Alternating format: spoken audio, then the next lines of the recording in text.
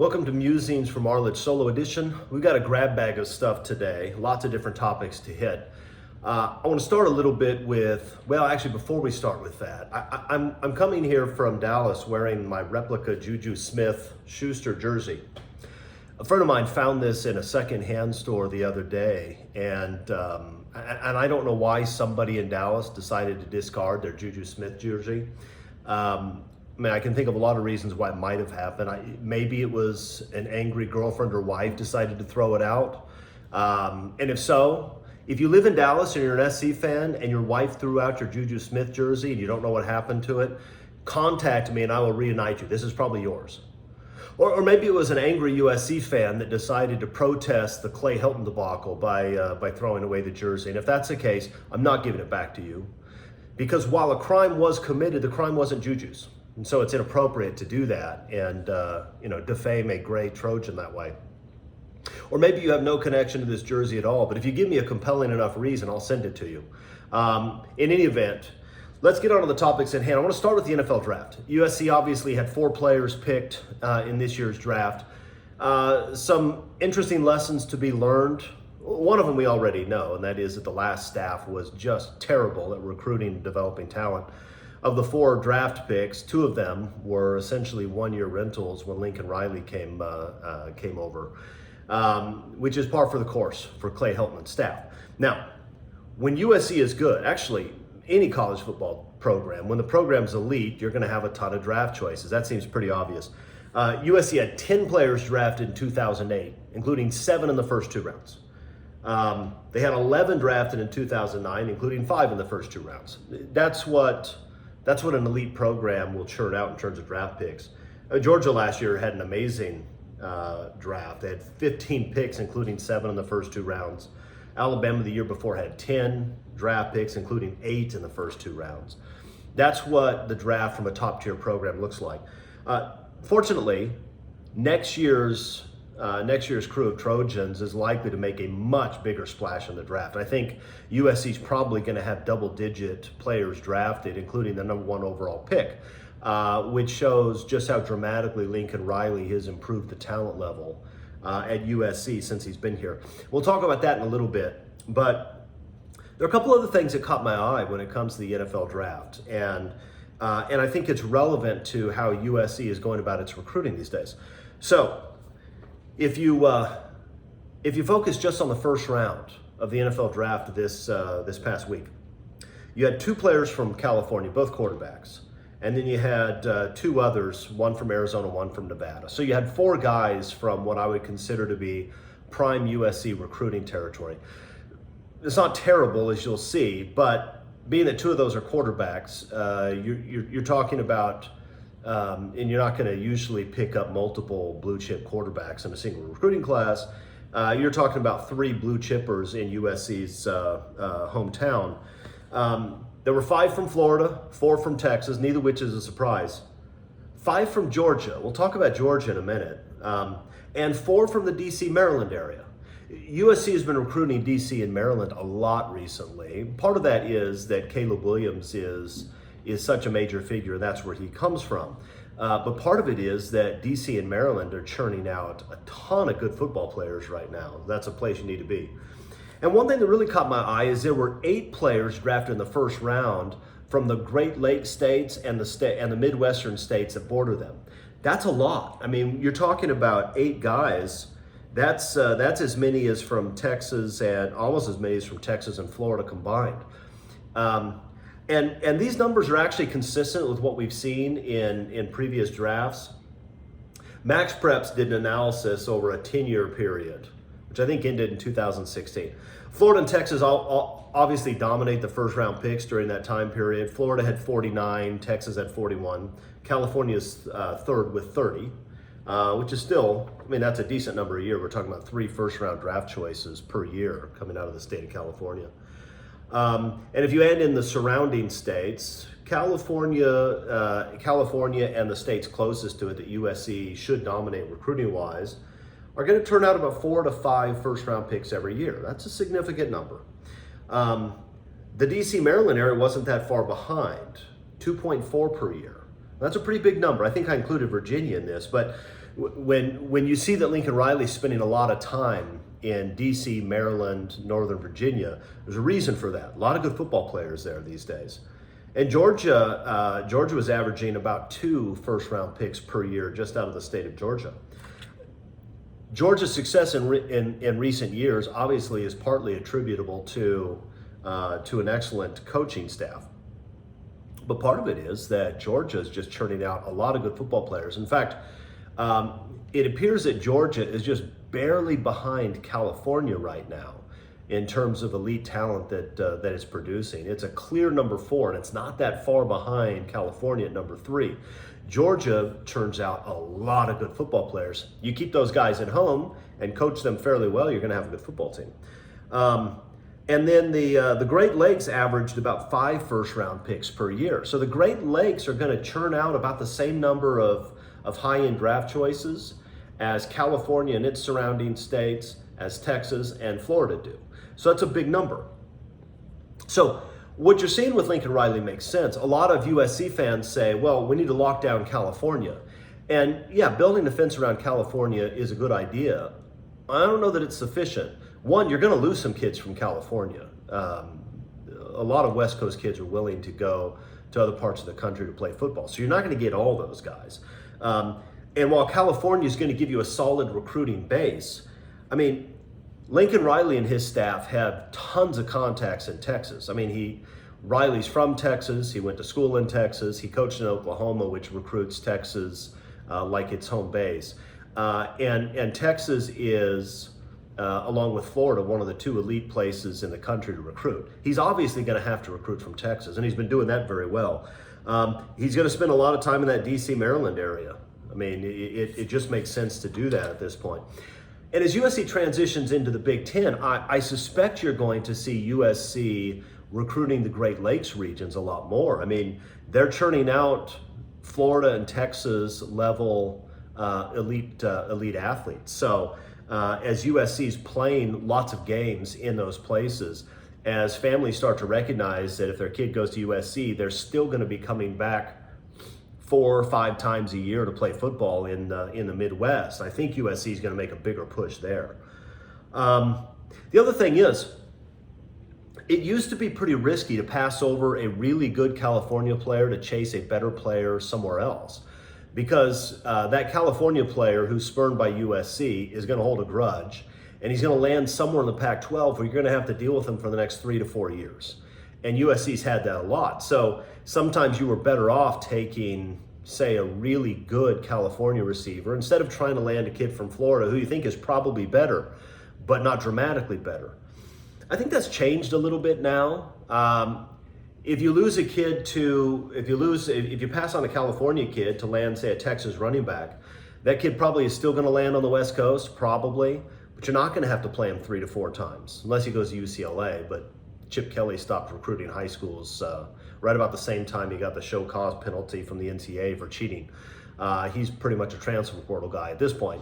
And if they go to Oregon or Washington, you're not going to see him the next few years, because Oregon and Washington are going to be playing San Diego State on the CW. So I think there's less risk in passing over California kids, and so it's not a surprise that Lincoln Riley is recruiting nationally. He is a coach at a program that can do it. And a couple things. One, can we stop bashing Oregon kids or kids who pick Oregon over USC? I know it's embarrassing for them, but not for us, so we don't have to get wrapped up about it. And the truth is, it's not always Uncle Phil's big bag of cash that persuades them. There are some kids who just grew up dreaming of playing in the new look Mountain West Conference. So, who are we to deny them their dreams? If they want to go, they should go. The second thing, when we're talking about where players come from, let's stop talking about pro rata or per capita numbers. People like to show that, oh, well, look, Louisiana turns out 1 NFL player for every 3 residents or something ridiculous, right? In California, it's 1 for every million. But the truth is, these per capita numbers don't matter. What matters is how many players are in your backyard where you have a solid recruiting pipeline. And the number 6 state in terms of producing NFL players per capita is Utah. Utah is ahead of Texas. But I think you'd rather recruit Texas and Utah. Utah doesn't have very many people. So while per capita does very well, it doesn't turn out that many NFL caliber players. Per capita doesn't matter. Look, think about it this way. I know if there are 20 million people in Southern California and there are 20 blue chip recruits, then the per capita number is not nearly as good as it is in Georgia or Florida or Alabama or a place like that. And that's true. But what difference does it make? You don't have to talk to all 20 million. You can ignore the other 19,998,980, whatever the number is. You can ignore them and focus on the 20 who are stars. I mean, if there's a high school that has the next great thing at inside linebacker, it doesn't really matter if every other kid at that school hates sports and is involved only in crochet. That doesn't really change that kid has value. So these per capita numbers, while they're interesting, I suppose, they really have no bearing on this. The question is, where are the good players, and do you have a good shot at them? California is still an elite recruiting location, primarily for quarterbacks and wide receivers, and to a lesser extent defensive backs. But if you're talking about quarterbacks and receivers, it's probably the best place in the country. Are you going to have to go out of state in order to get top defensive line prospects? Usually. There's some good ones on the West Coast, but there aren't enough.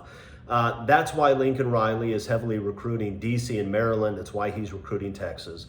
And all you have to do is pluck a couple of those guys out. So California still gives you a great recruiting base, but don't worry about Lincoln Riley recruiting other places. He should be. He should be. Everybody else does. It's not like Texas only recruits in Texas or Ohio State only recruits in Ohio. It doesn't make sense to do that.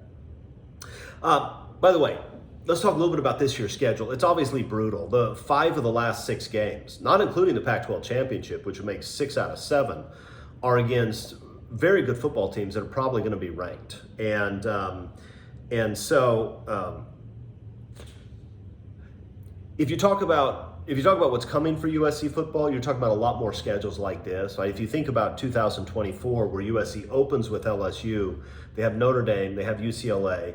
They're almost certainly going to get 1 or 2 of the big 3 because the television networks are going to demand that USC play, say, Ohio State or Michigan or Penn State. And then with the new expanded playoff, if USC can go through that run with 2 losses or less, then you're looking at having some sort of monster in your first playoff game too. So we're about to go through a run where USC is playing the types of schedules that I guess they used to play back in the 70s when teams were less afraid of playing higher end talent. Now the good news is USC is developing better roster, obviously, which will mean that they can compete with these teams. I mean, if you just think of what Lincoln Riley has done in his brief time here, just focus on the front 7, for example. This is an area where USC has not recruited or developed very well. The last staff didn't at all, right? There were huge holes there. But if you look at what he's done, when you bring in Mason Cobb and Jack Sullivan, Kion Barrs, you're talking about 3 guys that have a ton of experience and have played at a pretty high level for some years, right? These are physically mature guys who are going to give you a quality contribution. Then you have Anthony Lucas and Bear Alexander. These are 2 guys who haven't played a ton of football. They're still young, but they have first-round talent, and getting first-round talent in the front 7 matters a great deal. You're adding freshmen like Tackett Curtis, and then you're just talking about the physical maturity that you would expect, the maturation of Eric Gentry, DeJon Benton, Solomon T. You talk about a group that's dramatically more talented and more productive than what they put on the field last year. I, like many of you, still have some skepticism of Alex Grinch, but we'll see what happens. He has the players he needs this year to have a quality defense. I don't know if it's going to be a Georgia defense. I don't know that they have that level of talent. But Georgia doesn't have USC talent on the offensive side either. So USC needs to be good defensively and the best team in the country offensively, and that gives them a chance to win all their games. And that's why USC's, ESPN has USC in its top 4 preseason. The preseason polls don't matter that much. You still have to win your games. But one, it is nice to see USC back where you would expect them to be in terms of the national reputation and expectations. It's nice for recruiting. It's fun for the fans. I mean, it was not fun during the Clay Helton years to see ESPN preseason polls come out and USC and others receiving votes. So the preseason polls don't matter, but I'll take them. And the national media started to take notice, and so has Las Vegas. The point spreads have come out for the early point spreads for USC's games this year. And so I want to talk a little bit about that. And then I want to talk about how you can, apply some percentages to those and figure out some mathematical calculation of what USC is likely to do. So a couple of, look, for USC to go to the playoff this year, they're going to have to split the road games at Notre Dame and Oregon, and they're going to have to win the rest. You're not going to get into the playoff with 2 losses, I don't think. But USC with 1 loss will get in. They have Caleb Williams, they have Lincoln Riley, they have the USC name behind them. They're playing an extraordinarily difficult schedule. If they can run that schedule with 1 loss, they're going to get in. So let's see. USC is a 1-point underdog at Notre Dame. That's not bad. Notre Dame is an exceptionally difficult place to play. It is. It's obviously going to be loud. At least for that game, it's going to be loud. The officials cheat shamelessly at Notre Dame. That's worth 7 to 10 points for the home team right there. So USC being a 1-point underdog at Notre Dame means that Vegas sees them as better than the Irish. But that Irish home field advantage is going to matter. The Irish will be good again this year. They're going to be better at quarterback than they've been. Although the kid last year looked like Joe Montana against USC, so that may not make a big difference. They're going to be in year 2 in Freeman's system. So the Irish are going to be tough. USC is a 2-point underdog at Oregon. Again, I think this means that USC would be a slight favorite on a neutral field. Look, Oregon's going to be good again. They have a very good quarterback. They have a lot of offensive talent. Defensively, they weren't very good last year. Neither was USC. So if you're not sold on USC as a defensive team, I'm not sure why you'd be sold on Oregon as a defensive team. But Oregon's going to be pretty good. And with Bo Nix, they're going to have somebody who's athletic, can run around, make throws. They're going to be tough to beat. And Autzen is a really difficult place to play. I mean, it is extremely loud. You have the overwhelming smell of crystal meth in the stadium, which is difficult for opposing teams to get to. Obviously, you have to be constantly worried about contracting some sort of new airborne venereal disease in Autzen. So there are lots of things that lead to teams being intimidated when they play there. I mean, you have to get like 20, 30 shots just to be allowed to play there if you're operating under CDC standards. So those are tough games. USC has to split them. Being a 1-point dog and a 2-point dog means that USC is obviously slightly under 50% to win both games. So, it's probably about 50-50 they split those games, which means they've got to win the rest. And the 3 toughest games, you got Utah, Washington, and UCLA. USC is a 7-point favorite at home against both Utah and Washington. I think both of those are probably reasonable numbers. Utah is dramatically better at home than they are on the road, but they have their quarterback coming back. They're always tough and well coached. That's going to be a good football team. USC didn't tackle anybody against Utah in either game last year. Granted, if the officials didn't cheat in the first game, USC wins that first one. And if Caleb Williams doesn't get hurt, they probably win the second one. So those were 2 pretty evenly matched teams last year. I think USC has improved its roster a lot more than Utah has. USC is in its second year in Riley's system. Usually see a jump in the second year. USC should be favored over Utah, and 7 points is about right. That means USC is probably a 4-point favorite on a neutral field, assuming they're getting 3 points for home field advantage. Not that USC has much of a home field advantage because USC fans don't make noise. We usually operate by the Wimbledon system when watching football games. Sit down and be quiet, clap politely. 7-point favorite against Washington. Washington's going to be a good football team. They're going to throw the ball all over the yard. They're going to be a challenge. Again, I think USC scores on Washington. I think Washington's going to have a hard time slowing down USC's offense. But, that's one of those games that you probably have to score 45 to win. And remarkably, USC is a 12-point favorite over UCLA. Look, like I said, Chip Kelly stopped recruiting high school kids back when he got caught giving out bags of cash back some years ago at Oregon. Don't quote me on the specifics. I think that's roughly what happened. But he does a really good job in the transfer portal, and like Chip or not, he is an excellent offensive coach. That UCLA team is going to score a lot of points. 12-point favorite in a rivalry game against a team that's going to be high-powered offensively.